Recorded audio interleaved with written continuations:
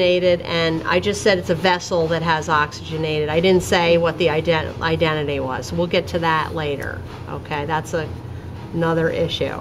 Okay, all right. And then if we switch over to look at the right atrium for a moment, you might have all noticed that there was kind of a teardrop shape, reddish structure inside the right atrium, and you might have been wondering, what's that thing in the right atrium? It kind of looked a little bit like this. That is the opening of the coronary sinus, where it returns the deoxygenated blood to the right atrium.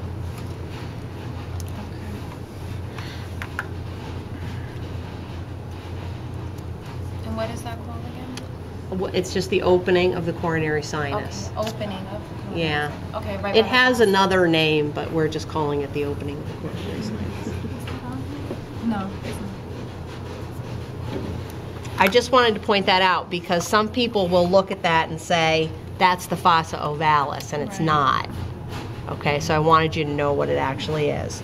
The fossa ovalis you can see in the interatrial septum. Remember, the interatrial septum is the wall that separates the two atria.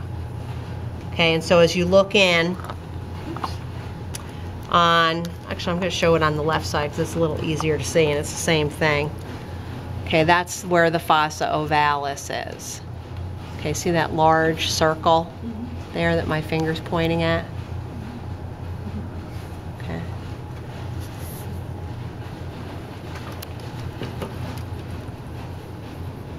The circle? Yes.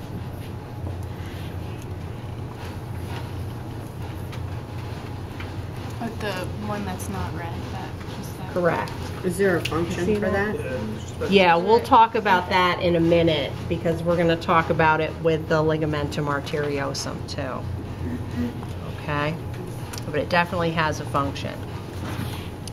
Okay, and I think the ligamentum arteriosum might be the only thing on the external surface that we haven't talked about, right? Did we get everything else? I don't know. Well, endocardium. External, this one. Okay. Okay. Okay, so ligamentum arteriosum is this white structure here that's connecting, what's this vessel here? The aorta to the pulmonary trunk. Okay? And in the adult heart, it's going to be this kind of ligamentous structure, but it also had a purpose earlier in life. Both the fossa ovalis and the ligamentum arteriosum are remnants of structures that we had in fetal life. And where they connect? The ligamentum arteriosum connects the aorta to the pulmonary trunk. All right, thank you. You're welcome. Okay, so what organ don't you need to really use in the fetus? The lungs, correct. Okay, so there's no need to send blood to the lungs. In fact, the lungs in a fetus are collapsed.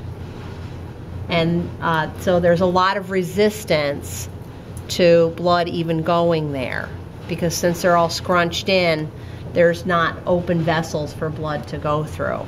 So the heart says, I'm going to send the blood the fastest way I can to the left ventricle. So it has a couple of bypasses built into the fetal heart. One is the foramen ovale that connects the right and left atrium. So as blood enters the right atrium, a lot of it is going to be shunted directly to the left atrium. Okay, then go to the left ventricle, then the aorta. Whatever blood gets into the right ventricle, when it's pumped out, it's going to go through the pulmonary trunk. The pulmonary arteries are going to have a lot of resistance, but we don't have to worry because there's this ductus arteriosus, which is the fetal structure.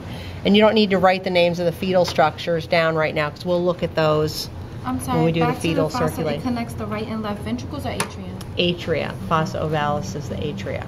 Is that the fossa ovalis where they would have the hole that would have to be closed if it doesn't close after? It's one of the places. Both of these are sites where you have common congenital malformations, or birth defects. So a failure of those structures to close at birth.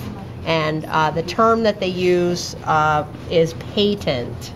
That's the clinical term. If it stays open after it's supposed to close. So they'll say somebody has a patent ductus arteriosus, or they have a patent fossa ovalis, foramen ovale. Okay, I should say patent foramen ovale.